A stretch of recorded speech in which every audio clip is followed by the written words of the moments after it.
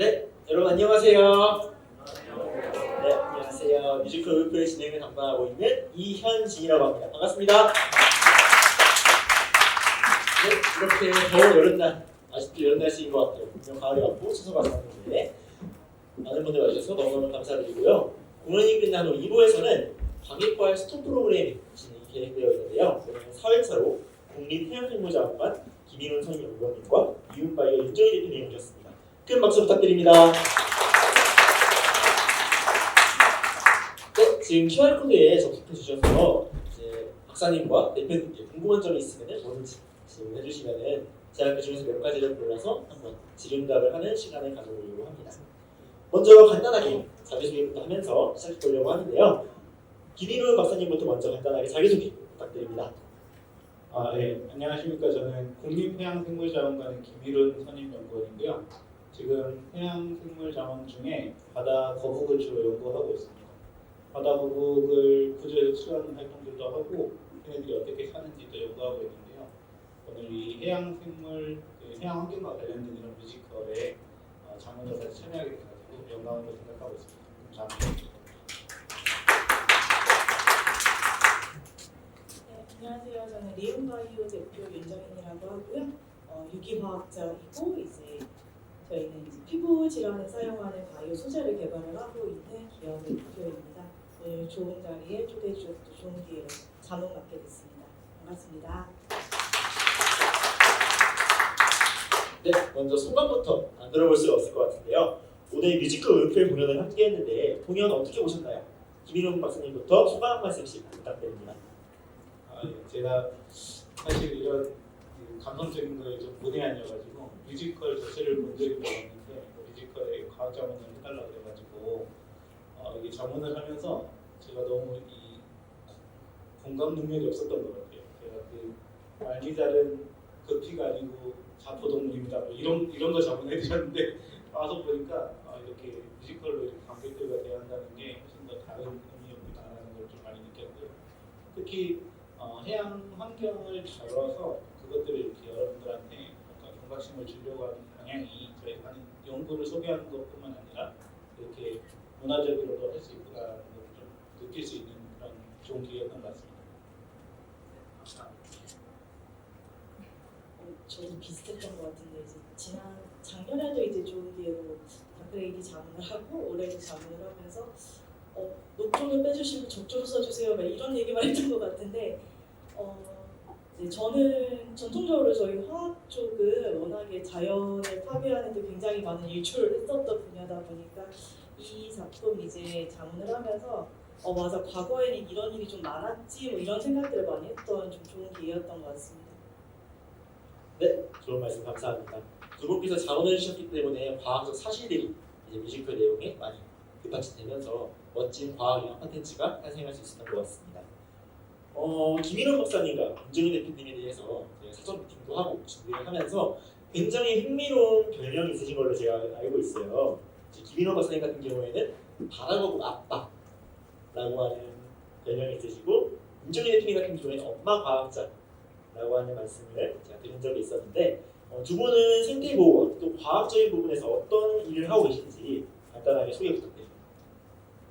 네, 저는 그 동물이 어떻게 살아가는지를 주로 연구했는데 최근에는 우리 인간의 활동으로 인해서 멸종위기에 처한 동물들을 이렇게 보호하는 활동들을 좀 주로 하고 있습니다. 그 중에서도 저는 척추동물 중에 바다거북을 주로 연구하고 있는데 멸종위기종이 자연 상태에서 멸종을 벗어나기 위해서 그 친구들을 치료해 준다거나 아니면 증식해서 바다로 돌려보낸다거나 아니면 그들이 사는 환경을 조금 더 적합하게 바꾸는데 과학적 근거를 마련하는 그런 일들을 주로 하고 있습니다. 지난달 말에는 제주도에서 거북이를 바다로 돌려보내는 활동도 했었네요. 저는 지금 아까 잠깐 말씀드렸듯이 저희가 피부 질환에 사용되는 소재를 개발을 하고 있고 실제로 저희 회사에서 가려움증 기능성 화장품들을 이제 개발해서 판매를 합니다. 네. 아무래도 이제 제품을 개발하고 판매를 하는 입장이다 보니까 사용되는 플라스틱이나 이런 자원들을 최대한으로 적게 쓰기 위해 노력은 하지만 사실 이걸 대체를 해서 유리 같은 소재로 바꾸면 단가가 상당히 올라가는 또 이제 그런 산업적인 문제들도 존재를 하더라고요. 그래서 최대한으로 노력은 하지만 사실 경제적으로 좀 쉽지는 않다라는 걸 좀 저는 좀 많이 체감을 하는 것 같습니다. 네, 그분께서 지금 하시는 부분에 대해서 너무 좋은 말씀 해주셨습니다. 공연 내용을 한번 들어가 보면 독성에 의해서 해양 생태계가 파괴된다는 이야기가 나오면서 공연이 시작됩니다.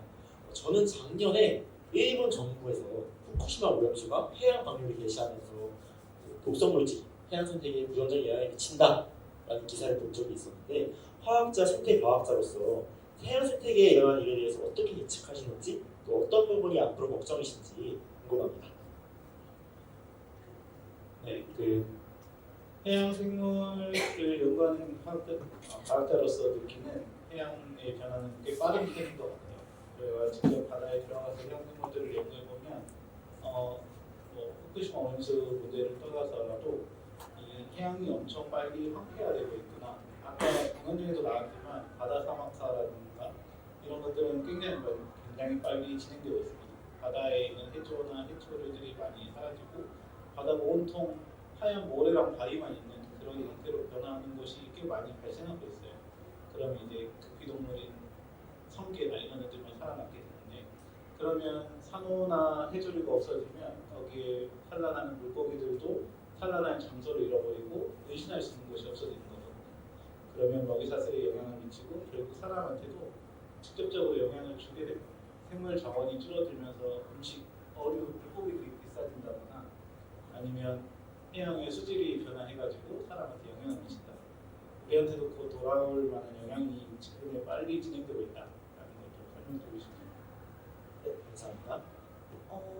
후쿠시마 오염수 같은 경우는 사실 방사능 물질이 가장 큰 문제라고 이제 이슈가 되는데, 이게 조금 방사성 동위 원소는 사실 지구상에서는 지구 탄생부터 같이 있어 왔고, 이제 대신에 이제 그동안은 좀 대량으로 썼던 일도 없었고 이제 반감기를 우리가 걱정할 필요도 없어서 후쿠시마 오염수 같은 경우에는 이론적으로 굉장히 안전합니다. 일본이 발표한 이론은 되게 안전한데 뭐 다들 비슷한 느낌이시겠지만 이제 객관성을 담보를 한다는 게 다른 국가에서 이렇게 참여를 해서 보는 게 아니라 자국의 이제 결과를 자꾸 저희한테 믿으라고 얘기를 하는 게 그런 면이 좀 대응적인 면에서 되게 아쉽지 않았나. 그리고 우리도 차라리 요구를 할 거면 우리도 들어가서 같이 볼게 뭐 차라리 이랬어야 되는 게 아닌가라는 좀 그거는 과학적으로 좀 아쉬운 점도 좀 있는 것 같습니다. 네, 오픈 채팅방의 질문을 보면은 먼저 한 가지가 들어왔는데요. 네, 뮤지컬에서 울프가 양똥을 바다에 버렸다고 이야기가 나오잖아요. 이러한 똥을 바다에 던지는 행위를 바다에게 어떤 영향을 미치는지 두 분 중에 혹시 말씀 가능하신 분 계시면은 간단하게 설명 가능하실까요? 일단 기본적으로 이제 저희가 흔히 얘기하는 분변에는 질소가 굉장히 많습니다. 인간이 모든 동물들은 다 질소 대사를 하기 때문에 그래서 탄소와 질소가 굉장히 많은 상태인데요. 이걸 바다에 그대로 버리게 되면 바다에서 원래 자기들이 소화해야 되는 질소랑 탄소 그리고 인간과 이제 흔히 말하는 물질의 양이 원래 조정되는 양이 있어요. 근데 원래 100을 소화를 해야 되는데 저희가 던지면 120이 될 수도 있고 130이 돼버리니까 이렇게 되면 인간으로 치면 일주일 과로를 하는 셈이 되는 거죠. 바다 입장에선 과로가 되는 거고 이게 생태계 입장에서는 갑자기 뭔가 일을 더 많이 해야 되는 상황이 되니까 다 같이 이제 넉다운이 된다고 생각을 하시면 조금 더 이해하기 편하실 것 같습니다. 좀 자세하게. 제가 척추동물을 연구하다 보니까 사실 이 분야는 제가 잘 모르는 분야여서 저도 도움을 받았었던 것 같은데, 아무래도 표층에 있는 생물들이 부영양화 때문에 엄청 많이 볼륨이 발생하게 되면 거기에 있는 수질의 그런 뭔가가 굵어지는 게 많아지는 거기 때문에 표층에 사는 생물들한테는 직접적인 영향을 주고요. 표층이 이렇게 약간 덮어진다고 봐야 될까? 그러면은 투과하는 산소량이나 빛의 양이 줄어들기 때문에 하층까지 좀 영향을 미치게 됩니다. 그러면 결과적으로는 생물 다양성이 감소하게 되고 그러면 전체적인 생물량도 감소하게 되고 그거는 약간 악순환이 돼가지고 더 점점 더 악해지는 그런 문제가 발생할 수 있다고 그런 얘기를 들었습니다. 네, 바다가 시름시름 앓다가 과로를 하면서 할 일이 많아지다 보니까 점점 힘이 빠지고 점점 생태계가 오염되고 생태계가 멸종하기 시작하는 것 같아요. 좋은 질문, 재밌는 질문이 하나 더 있는데요. 바다거북은 몇 살까지 살아요라는 질문이 있었습니다. 그래서 바다거북에 대해서 또 바다거북이 지금 어떤 위험성 앞에서 살고 있는지에 대해서 바다거북 아빠에게 한번 질문 드려보도록 하겠습니다. 뮤지컬과는 조금 거리가 멀어질 수 있을 것 같은데 바다거북은 보통 수명 한 100년 정도 보고 있습니다. 파충류는 원래 대사가 좀 느리기도 하고 바다라는 환경이 원래 좀 온도가 낮기도 하고 해서 그런데요.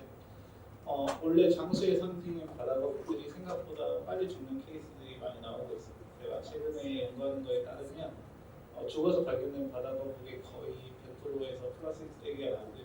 그 중에 한 80%는 좀 많이 나오고 20%는 플라스틱으로 인해서 죽는 정도라고 그렇게 알 수 있을 것 같아요. 우리가 버려진 어구에 의해서 거북이도 많이 죽고 있는데 사람의 활동으로 생각보다 이렇게 피해를 받는 생물들이 훨씬 더 직접적이고 많다라고 설명드리겠습니다. 네, 감사합니다. 뮤지컬 울프에서는 또 어려운 용어가 나오죠. 부영양화라고 하는 용어가 나와요. 근데 여기 앉아있는 우리 아이들, 우리 친구들이 좀 어렵게 느낄 수도 있을 것 같은데 부영양화가 어떤 개념이고 어떤 문제가 있는지 임정인 대표님께 한번 여쭤보고 싶습니다. 쉽게 좀 생각을 해보면 일단 최대한 높이 낮춰서 설명을 좀 해서 이제 뭐랄까, 그러니까 바다에 탄소하고 질소인이 늘어나면요, 그걸 먹고 사는 생물들 입장에서는 갑자기 뷔페가 차려지는 거예요. 여러분들 우리 음식점 가서 뷔페 가면 내가 먹고 싶은 개수는 너무 많은데 내 배는 한계가 있죠. 그래서 애들이 자꾸 과식을 하게 되고 과식을 했으니까 이제 안 움직이고 널브러져 있다가 쉽게 얘기하면 생물들이 영양이 풍부해지면서 과도하게 늘어나는 상태들이 저희가 부영양화가 발생했다라고 저희가 얘기를 하거든요. 아까 김현희 연구원님 말씀하신 대로 부영양화가 늘어나면 먹을 게 늘어나고 먹을 게 늘어나니 갑자기 개수가 늘어나요. 생체 개수가 늘어나니까 용량은 좁은데 작은 방 안에 원래 살아야 되는 애가 5명인데 얘가 10명, 20명씩 늘어나게 되니까 안에서 이제 피 튀기게 싸움이 벌어지는 그런 상황이라고 생각하시면 조금 이해하기가 좀 편하실 것 같습니다. 네, 감사합니다. 그리고 오늘 저희 박사님 또 대표님뿐만 아니라 한국어촌어왕공단에서도 공연에 관람해 주시기 위해 참석해 주셨는데요. 한국어촌어왕공단은요, 수산, 어촌 분야의 전문 공공기관으로 해양수산의 미래 가치 창출을 통한 국가균형 발전과 국민 삶의 질 향상을 기여하기 위해 활력 있는 어촌부터 어장을 위해 노력하고 있는 기관입니다. 안전하고 쾌적하고 지속 가능한 어장 조성을 위해 힘써주시는 공단 관계자분들께 감사의 말씀을 드립니다. 더불어 오늘 함께 공연과 프로그램에 참석해 주셔서 진심으로 감사드립니다. 두 분께서 말씀해 주신 내용처럼 지금 우리 해양 생태계에서 문제가 심각한 걸로 느껴지는데 이러한 심각한 문제를 해결하기 위해 우리가 오늘 이런 뮤지컬을 같이 받고 또 함께 실천할 수 있는 활동들이 있을 것 같아요. 특히 오늘 가족 단위로 오신 분들이 있을 것 같은데 가족 단위에서 함께 실천할 수 있는 간단한 활동들, 오늘 집에 가서 할 수 있는 활동들이 있다면 어떤 것들이 있을지 김인호 박사님부터 소개 부탁드립니다.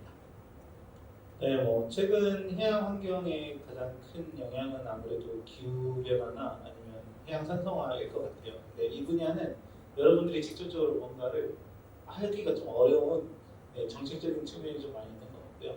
우리가 직접 할 수 있는 걸 생각해 보면 아무래도 플라스틱 분야일 것 같아요. 제가 거북이를 구검하면 뱃속에서 플라스틱이 많이 나온다고 했는데 실제로 우리 사람들도 일주일에 신용카드 하나 정도의 플라스틱을 먹고 있다고 과학 논문에는 많이 나오거든요. 그러면 우리는 그거를 배변을 해서 이렇게 내보내지만 그런 것들이 계속 쌓이게 되는 영향을 미칠 수 있습니다. 바다 환경에 플라스틱을 줄이기 위해서 여러분들이 직접 관심을 가져주시는 게 되게 중요합니다. 우리가 실생에서 쓰는 일회용품이 생각보다 바다 환경으로 많이 유입되고 있어요. 홍수가 나면 바다로 떠밀려 가기도 하고 분리수거가 잘 안 되면 바람에 떠밀려 가기도 하고요.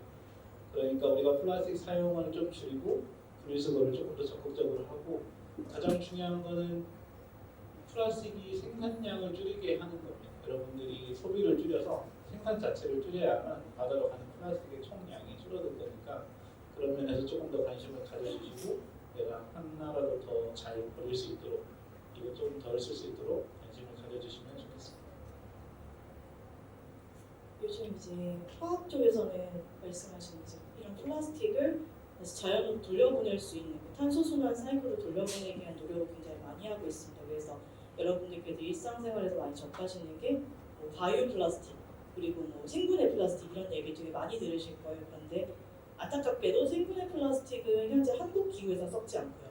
바이오 플라스틱은 이게 사람들이 오해하시는 게 바이오 플라스틱은요. 그러니까 옥수수 전분을 가지고 저희가 플라스틱을 만든 거기 때문에 어차피 플라스틱입니다. 근데 이거는 사람들이 안전하다고 생각하고 이 플라스틱의 수요가 늘어나고 있어요. 근데 이 바이오 플라스틱은 저희가 재활용을 좀 더 쉽게 하기 위한 플라스틱으로 개발을 해서 플라스틱을 줄이는 데 일조하려고 했던 거지 이걸 생산량을 늘리려고 과학자들이 개발한 건 아니거든요. 그래서 말씀하신 대로 전반적인 플라스틱 사용을 좀 줄여주시는데 동참해 주시는 게 좋고 바이오 플라스틱은 꼭 플라스틱으로 배출을 해주시면 저희가 탄소 순환하는데 더 많은 도움이 될 수 있습니다. 네, 감사합니다. 이번에 오픈 채팅에 있는 질문들을 한번 읽어보려고 하는데요. 아까 미용량에 대해서 말씀해 주시면서 생물이 많아진다고 먹는 생물들이 많아진다고 말씀해 주셨어요. 그걸 먹는 생물들이 많아지게 되면은 또 그 생물을 먹는 생물이 있을 거 아니에요? 그런 생물들이 몇 쪽을 막지 않을까요? 라고 질문을 주셨는데 어떨까요? 다 같이 개체수가 늘어나면 좁은 바다가 점점 좁아질 정도로 개체수가 계속 늘어나게 되는 상황이 벌어집니다. 그래서 결국에는 생태계는 이제 선순환이 이루어지는 시스템으로 가야 되는데 제가 아까 말씀드린 그 늘어난다는 친구들이 대부분 식물들이 그러니까 바다 식물에 해당하는 다시마, 미역, 김 이런 친구들이 늘어나게 되는데 얘네들을 먹는 게 인간도 먹지만 내부에서 먹는 애들도 한계가 있을 거란 말이죠. 그러다 보니까 어느 순간 커버가 그 안에서 되지 않으면 이게 계속 생태계를 악순환으로 돌려버리는 상황들이 발생을 하는 거라서 전체적으로 다 같이 조심하는 게 사실 생태계 순환에서 가장 좋습니다. 네, 다음으로 플라스틱이 이제 거북이 몸 안에서 많이 나온다고 하셨는데 플라스틱 대표적으로 활용하는 빨대가 있죠. 종이 빨대와 플라스틱 빨대라는 걸 저희가 둘 다 사용하고 있는데 무엇이 더 환경에 안 좋은지에 대해서 논란이 잠시 있었던 것 같아요. 그래서 현재 결국에는 카페에 가면은 종이 빨대도 있고 플라스틱 빨대도 있고 그런 상황인데 이러한 논란에 대해서 좀 간단하게 정리해 줄 수 있으실까요? 잘 모르는 분야이긴 한데요. 그 빨대가 거북이 코에 박히는 그 영상 때문에 이 사건들이 엄청 많이 밝혀질 것 같긴 한데요. 빨대만 위험한 건 아닙니다. 근데 빨대가 가장 표현하기 쉽고 캠페인하기 쉬워서 가장 먼저 접근했던 것 같고요. 스타벅스에서 종이 빨대를 만들면서 이 캠페인이 많이 퍼지긴 했는데 종이 빨대도 어쨌든 코팅을 해야 조금 오래 쓸 수 있으니까 결과적으로는 완전 종이는 아니고 그것도 위험성은 있습니다. 그럼에도 불구하고 우리가 그거를 씀으로써 한 번 더 고민하게 되는 그런 것들이 중요한 것 같아요. 경각심을 가지고 우리가 생물들을 위해서 플라스틱을 줄이려고 이런 종이 빨대를 개발했지. 이걸 쓰면서 우리는 동물들을 보호하고 있구나. 이런 생각을 한 번 더 가지게끔 하는 캠페인으로서 효과가 엄청 크다고 저는 생각합니다. 네, 말씀 감사합니다. 어제도 수도 프로그램이 진행되었는데요. 어제도 빨대에 대한 주제가 나왔어요. 근데 저희끼리 내린 결론은 이왕이면 빨대는 안 쓰고 이왕이면은 좀 불편하시겠지만 입으로 마시는 게 제일 안전하긴 하다라는 결론이 나오긴 했었습니다. 우리나라에도 호프만처럼 오염이 심해진 바다가 있는지 아니면 혹시 다른 바다 예시로 들까요? 다른 바다 어떤 가지가 있는지 간단하게 소개해 주실 수 있으실까요? 아무래도 이 만으로 되어 있는 호프만이 만이잖아요. 이렇게 육지의 끝이 이렇게 바다를 약간 가두리처럼 하고 있는 그런 곳이 아무래도 이런 영향을 많이 받습니다. 우리나라에도 순천만이라든지 천수만이라든지 그런 형태의 바다가 많이 있어요. 그런 지역은 오염물질이 들어오면 바닷물이 이렇게 해류로서 이렇게 쓸고 나가기가 좀 어려운 측면이 있어서 아무래도 영양화가 많이 될 수 있고 오염물질도 좀 침투될 수 있는데요. 이 갯벌에 오염물질이 침투되는 것들을 연구도 하고 있습니다. 그래서 그런 것들은 조금 더 영향을 많이 받을 수 있으니까 그런 것들도 염두에 두고 관심을 좀 가져야 될 필요는 있다. 네, 그렇게 소개드립니다. 오염 수치가 얼마 정도 되는지까지는 저도 잘 보진 않는데 저희 팀이 그런 연구를 하긴 하거든요. 아무튼 그런 데들이 좀 많이 있다고 저도 들었습니다. 네, 말씀해 주신 김에 김인호 박사님이랑 같이 하는 팀에서 다양한 해양 생물들을 다룬다고 들었어요. 어떤 생물들을 다루는지 간단하게만 소개 부탁드립니다. 네, 저도 이 뮤지컬을 자문하면서 여러 가지 생물들이 나오는데 그 생물들을 제가 다 알지는 못해요. 저는 바다 거북이나 바다뱀을 연구하고 있어가지고 저희 팀에 있는 사람들한테 도움이 되는데 저희 팀에는 산호 박사님 계시고 원계 박사님, 역수 박사님, 뭐 그리고 이키벌레라고 여러분들 잘 모르시겠지만 눈은 잘 보이지 않는 그런 애들 연구하는 박사님들이 있었습니다. 우리의 바다는 여기서 지키고 있는 그렇죠. 또 플라스틱 컵에 대한 대체로 스테인리스 컵을 말씀해 주셨는데 혹시 이 스테인리스 컵을 만들면서 발생하는 환경 파괴는 어떤 것들이 있는지 간단하게 소개해 주실 수 있을까요? 스테인리스 컵을 만들면서 환경 파괴가 된다라고 굳이 얘기를 한다면 이 스테인리스를 생산하기 위해서 철강 산업에서 굉장히 많은 이제 에너지를 소비해야 된다라는 점들이 아마 가장 많이 걸림돌이 될 것 같습니다. 근데 굉장히 좀 아이러니한 상황인데 어찌됐건 저희가 윤택한 삶을 그러니까 좀 인간적이고 약간 위생적인 삶을 생활하기 위해서는 에너지가 지속적으로 소비가 되고 그런데 문제는 에너지를 쓰려면 저희가 또 발전소를 돌려야 되고 아직까지 한국은 발전소가 화력 발전과 저희가 아직 대체 에너지가 완전하지는 못한 상황이라 아직까지는 화력 발전소 그리고 원자력 발전소에 기대서 지금 운영이 되고 있습니다. 그래서 모든 게 이제 다회용이니까 뭐 다 좋다라고 얘기를 하기엔 얘네가 만들어낸 CO2가 또 문제가 될 확률이 굉장히 높은 거라서 현재는 사실 경각심용들인 것 같습니다. 이 모든 것들이 저희가 어느 정도 에너지 소비를 감당하면서 에너지 소비를 이제 줄여가면서 우리가 기후위기 해결에 동참을 할 것인가를 생각할 수 있는 그냥 그런 일종의 경각심 정도인 것 같습니다. 네, 당장 에너지 소비를 끊자라고 하기에는 우리 모두가 살기가 너무 힘들 것 같아요. 그래서 이러한 에너지 소비를 절감하고 대체할 수 있는 것들을 점점 연구하고 점점 대체해 나아가면서 좀 더 이제 안전하고 쾌적한 지구를 만들자라는 개념으로 이해해 주시면 좋을 것 같습니다. 혹시 박사님이나 대표님께서 쓰신 책이나 아니면은 흥미로운 논문이 있다면 간단하게 소개해 주실 수 있으실까요? 먼저 박사님부터 부탁드립니다. 예상 질문이 없었던 것 같은데 책은 저는 파충류 생태도가 많이 썼고요. 조금 파충류를 여러분들한테 좀 친숙하게 하는 책을 써보려고 준비는 하고 있습니다. 그 외에 논문들은 제가 우리나라에서 그 죽어서 발견되는 거북이에서 얼마나 많은 플라스틱이 나오는지에 대한 논문들도 썼고요. 그리고 이제 우리나라에서 구조된 거북이나 인공 증식돼서 자연으로 돌려보낸 거북이들이 어떻게 살아가는가 이런 것들에 대한 논문들도 썼습니다. 우리나라에서 방류된 거북이들은 겨울이 되면 저기 베트남까지 갔다가 다음에 우리나라로 돌아오는 케이스들도 있고요. 생각보다 야생동물의 자연 복원에서의 잠재적인 가능성은 높다. 사람이 조금만 더 관심을 가져주고 노력하면 그들은 자연에서 얼마든지 잘 살아갈 수 있다. 그런 관심과 노력이 조금 더 필요하겠다. 이렇게 말씀드리고 싶습니다. 저는 원래 대학원 때 전공은 이제 항암제 개발을 연구를 했었습니다. 그래서 사실 신약 개발 연구자 출신이다 보니까 제가 쓴 논문들은 일반인은 대체 이걸 왜 하지 싶은 이제 신약 개발 관련된 연구들이라서 이제 조금 그러실 것 같고요. 제가 필드에서 이제 화학자로 생활을 하면서 생각보다 되게 사람들이 화학을 싫어하거나 무서워하거나 좀 그래 하시더라고요. 그래서 걱정 많은 어른들을 위한 화학 이야기라고 좀 이제 가볍게 읽을 수 있는 책을 좀 썼는데 뭐 거기에 보면 뭐 그렇습니다. 뭐 두루뭉술하게 그냥 신랄하게 이제 천연은 진짜 천연인가 막 이런 얘기들 하고 있는데요. 그냥 가볍게 읽으실 수 있는 책 정도로 쓴 것에 존재를 합니다. 흥미로운데요. 천연은 진짜 천연인가요? 제가 가장 이제 이해하기 어려웠던 게 그러니까 아이를 키우면서 이제 이해하기 가장 어려웠던 게 대부분 마케팅을 보면 자연에서 왔으니까 안전하다고 얘기를 하세요. 그런데 제 상식선에서 자연에서 온 건 반드시 안전할 수 없거든요.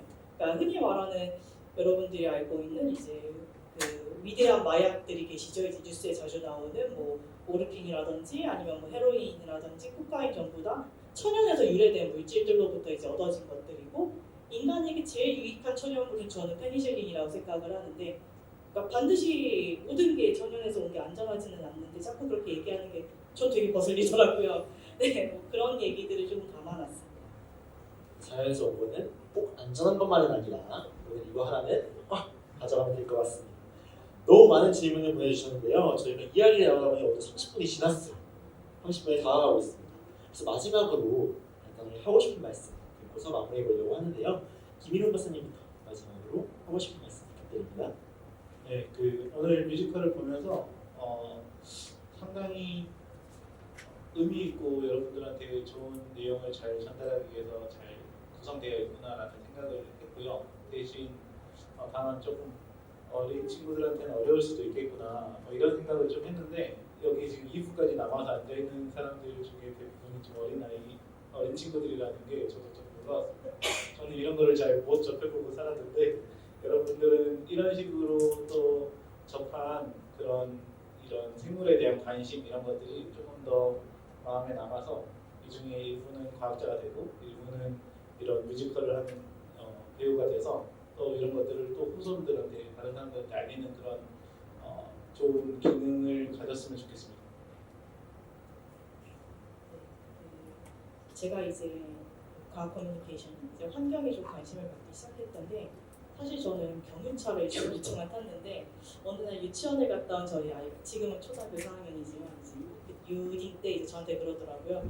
엄마 차는 환경 파괴 주범이야라고 얘기를 해주더라고요. 그래서 요즘 친구들은 제가 다니던 때랑은 정말 다르게 유치원 때부터 이런 환경에 대한 이야기를 듣고 자라는구나. 그래서 이 친구들은 나중에 어른이 됐을 때 우리하고 완전 다른 환경에서 정말 살아가고 다른 사고방식으로 살겠구나라는 생각을 많이 했습니다. 그래서 그런 면에서 이제 이번에 참여를 하는 것들도 저한테 되게 좋은 경험이었고요. 아까 잠깐 말씀을 못 드렸는데 제가 의약품을 연구했다고 했지 않습니까?